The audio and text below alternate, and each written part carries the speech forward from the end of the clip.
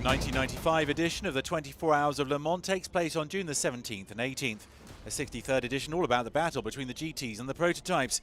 WR and Courage are two French teams entering protos, and they've decided to go with experienced drivers such as Bob Volek or Henri Pescarolo in order to try to score overall victory. This year sees the big debut in the start of the McLaren F1 GTR. Dominant in the BPR Championship, 6 of these British machines have been entered. With big-name drivers, these GTs with BMW engines could get their irons out of the fire if there are problems for the leading contenders. At the end of qualifying, the two WR Peugeots monopolised the front row. William David starts on pole ahead of Patrick Gonin, while the two Courages are on the second row.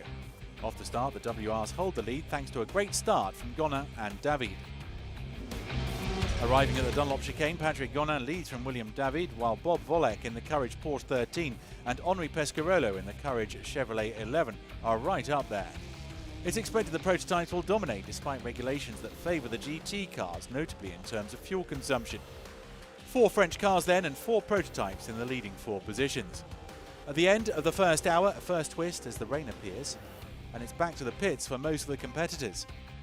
It risks to change a lot of things in this edition. An edition that appeared promised to the prototypes, but that was assuming a dry track. The Courages and WRs come into the pits while the McLaren stay out on the track. Will the British GTs spring a surprise? Mario Andretti has taken the wheel of the Courage 13. At 58, this legend of the motorsport world is still chasing after that old dream, winning the 24 Hours of Le Mans.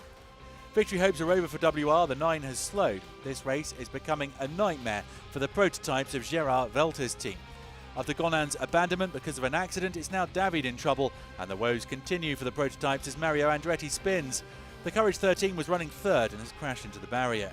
The American does manage to limp round to the Courage pits, but that Le Mans victory looks ever more elusive.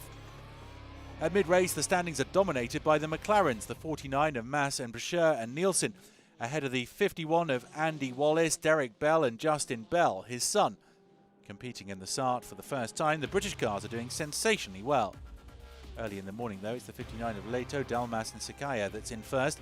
The 49 has abandoned going off the track. The 51 of Wallace and the Bell family led for a while. It is now second behind the 59. The car is the closest to a works machine, as the Japanese team is composed of 40% McLaren personnel. After 22 hours of competition, under 5 seconds separate the two leading cars.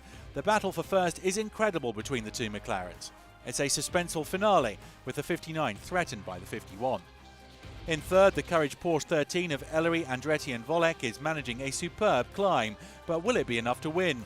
Half an hour from the finish, the McLaren 51 heads into the pits. Andy Wallace is the victim of a gearbox problem. What disappointment for the team that loses second overall to the Courage C34. At the end of a scarcely believable race, the McLaren of Sakaya, Leto and Dalmas manages to avoid the pitfalls to win the 1995 edition. After Bentley, Jaguar, Aston Martin and Mirage, McLaren are the 5th British constructor to win in the start, and they've done it at the first go.